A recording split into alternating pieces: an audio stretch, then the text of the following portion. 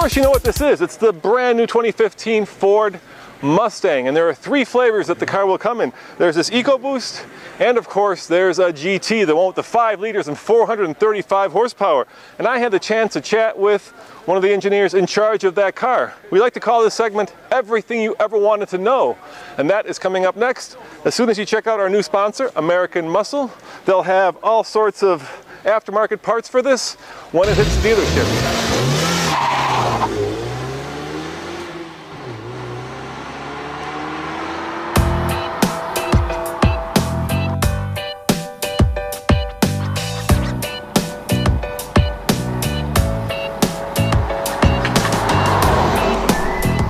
All right, Tom, we're standing by the brand new 2015 5-liter Mustang, and we like to call this segment Everything You Ever Wanted to Know, or almost everything you ever wanted to know. So let's start with the engine. Is it a carryover or have you improved it? Oh, we've improved it. We have 3 engines now, and on the 5-liter, which is the top of the house, we've improved it.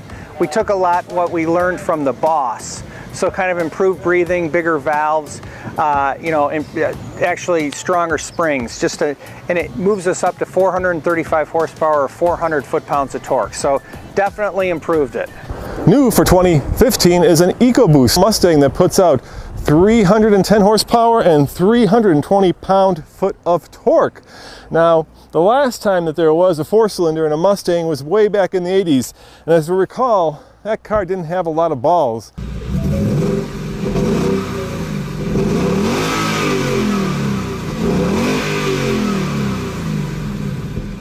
One more time, hard.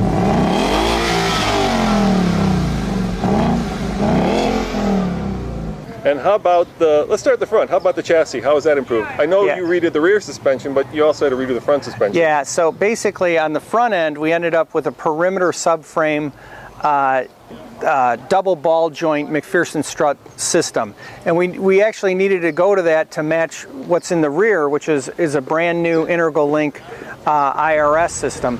So working together, those things have done a lot to the car, but one of the main things it's done is it's improved our ride quality while still actually having awesome steering and handling. So they're working together to give us everything we want in a Mustang and sort of more. And it also kind of allowed us to upsize the brakes. So we have bigger brakes on all 4 corners all the way around. Now the downside of that, of course, is a little bit more weight, right?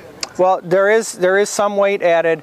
We think we added weight in the right places, and that the car overall hits what we wanted it to do, all the targets. So, I mean, but sure, an IRS does weigh more. We have double the number of airbags. That weighs a little more. Bigger brakes, they do weigh more, but all of it is better performance. It's better ride, it's better steering, it's better handling, it's better braking. So, you know, and the safest Mustang ever. So, you know, do we think it's the right balance? Absolutely. Let's open up the door. Let's check out the inside. Yeah, sure.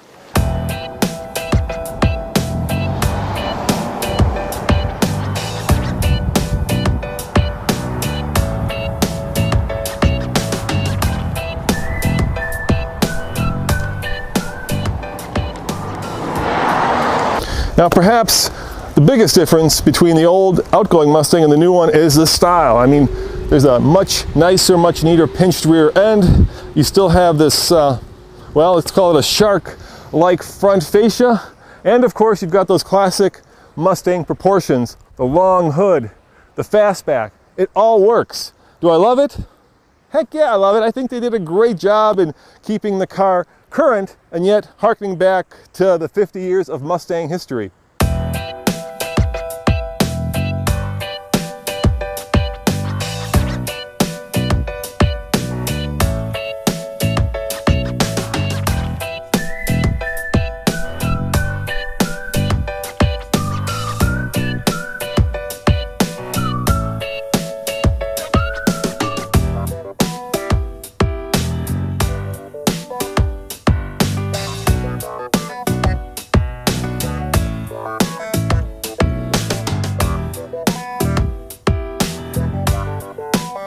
So you still have that kind of double binnacle look, right, which is classic Mustang? Yep. When you look in here, you see it kind of looks like a cockpit for the driver and then a little one for the passenger.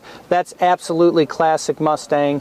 And then right now the double barrels here in front of the driver, that's also classic Mustang. Recaro seats? Recaro seats available. I mean, this type of, if you look in here, these are all high-end finishes, and this is aluminum, and you're talking aluminum here. How about those switches? How about the switches are available on all premiums. About, are they aluminum? I don't know. They're chrome. They're chrome based. Right. So, but in any case, I mean, what the idea there is, when you jump in the car, you just push the start button, and then you can actually set your steering, or you can change your driving mode. You can make the car be in normal, sport, track, or wet snow. So boom, you're ready to go. And this car, it's a automatic, so you would drop it in gear. But if you want, you can grab manual mode and do paddle shifters. But the idea is to be comfortable and have it reinforces the great looks here, and then let you go smile when you're driving. Now you have a 6-speed manual and a 6-speed automatic. 6-speed manual, 6-speed automatic. Both of them were upgraded. The manual, I will say, has the best shifting we've yet to have in a Mustang. Just nice and smooth and very positive. And then on the automatic, like I mentioned, it's got paddle shifts. We've got rev matching downshifts.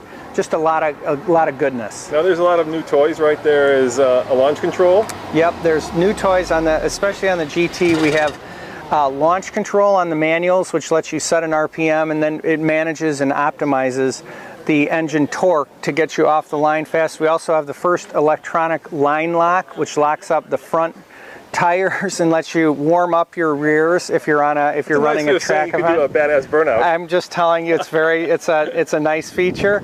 I mean, all cars have backup cameras. Everything has intelligent access, which means you can just walk up to the car with a key fob and open the door. My Ford Touch, right? My Ford Touch on the vast majority of cars.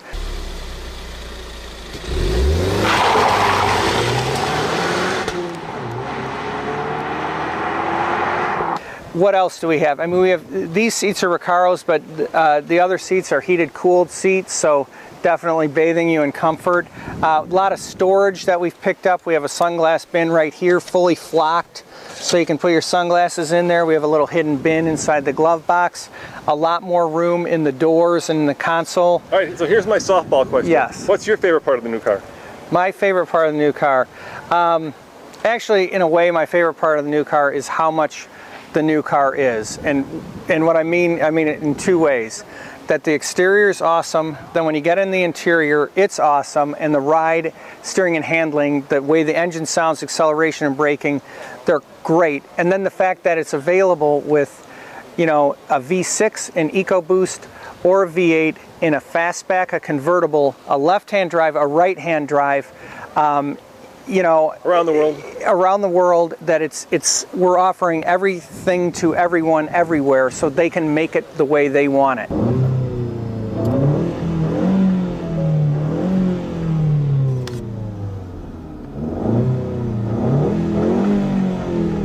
Where's it built for North America? It's in Flat Rock Assembly Plant, which is just south of Detroit. All right, and speaking of how much it is the start, and how much does it go up to? So what's the kind of... Well, the range is roughly, it starts at $24,425 for a V6, and I think it can go up to about $46,000 for like a loaded GT.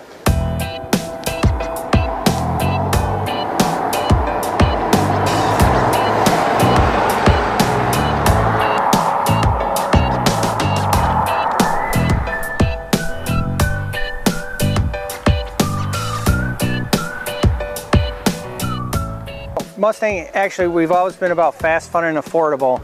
And all that V6 I talked for under $25,000, it's it's 300 horsepower. Yeah. And all the other the EcoBoost and the V8, they're even north of that. So, we think it's a very affordable, attainable product, and it's Mustang. It's Mustang, which is putting a smile on your face. And when will it hit the dealerships? When can people go? It's going to be in the fall, which is really, we're virtually in that season.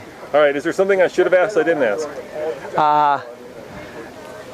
Do most people have fun driving this? Absolutely, absolutely, and it really is fun, and I encourage people to get in that car. All right, let me ask you a harder question. Is it better than a Camaro? Is it better than a low-par product? Listen, everyone has their what they like. Yeah. Everyone has what they don't like. We think people who get in this car and drive it are going to really love it. All right, thank you very much. I appreciate your time. It was fun.